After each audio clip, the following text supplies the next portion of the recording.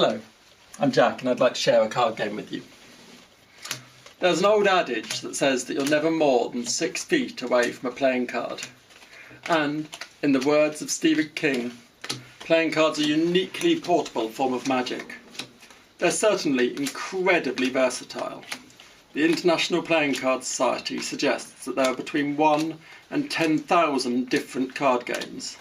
And, in this golden age of board games, where components are becoming increasingly elaborate and costs are becoming increasingly exorbitant, it's a good time to talk about some of those 10,000 games and see if we can find some gems amongst them. This game is called Gops, which stands for Game of Pure Skill, or Game of Perfect Strategy, or even Game of Practical Shenanigans. Gops is a perfectly symmetrical game, where each player has a suit as their starting hand of cards. The aim of the game is to gain points from a central suit of cards.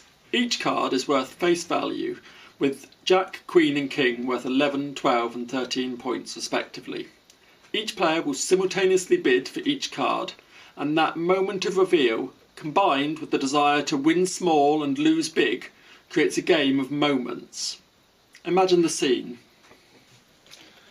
A card is revealed and it's a Jack, worth 11 points. It's quite a lot, so you debate going for it.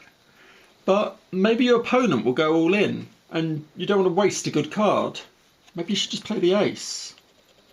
After a bit of deliberation, you decide that they will probably match the suit and play a Jack as well. You decide to play a Queen, hoping for a narrow victory, only to find your opponent has played a 1, the lowest card in the game, the equivalent of lying back with a book and a drink, ignoring the world pass by.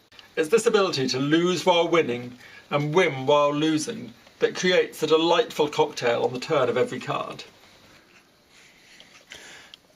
The next card revealed is a King. Your hand's significantly weakened, having lost your Queen while they only lost their 1. You decide not to go for it. But because that's quite predictable, you decide to play the 5 just in case they go low and try to win it cheaply. They reveal a 4 and the game is back in the balance again.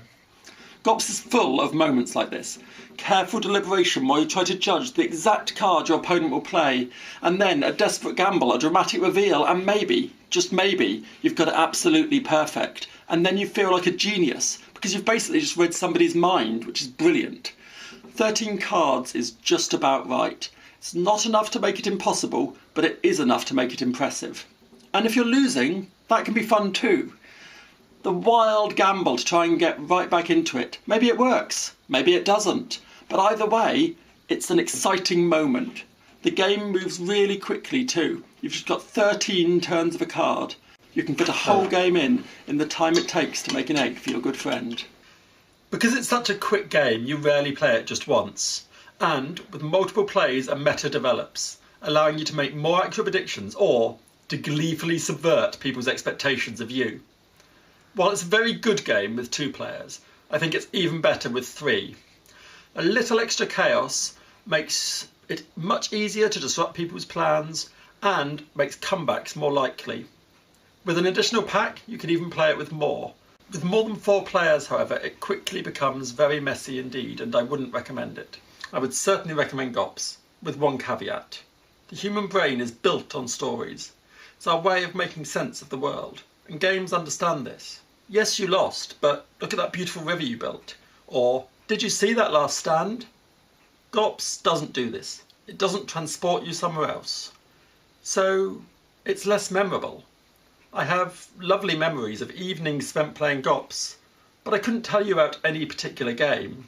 So, would it be better if it did have a theme? Say, if you were a firm of architects with limited resources bidding for various contracts, or a runner having to marshal their reserves over a series of gruelling races. This could be beautifully produced in the manner of arboretum or parade.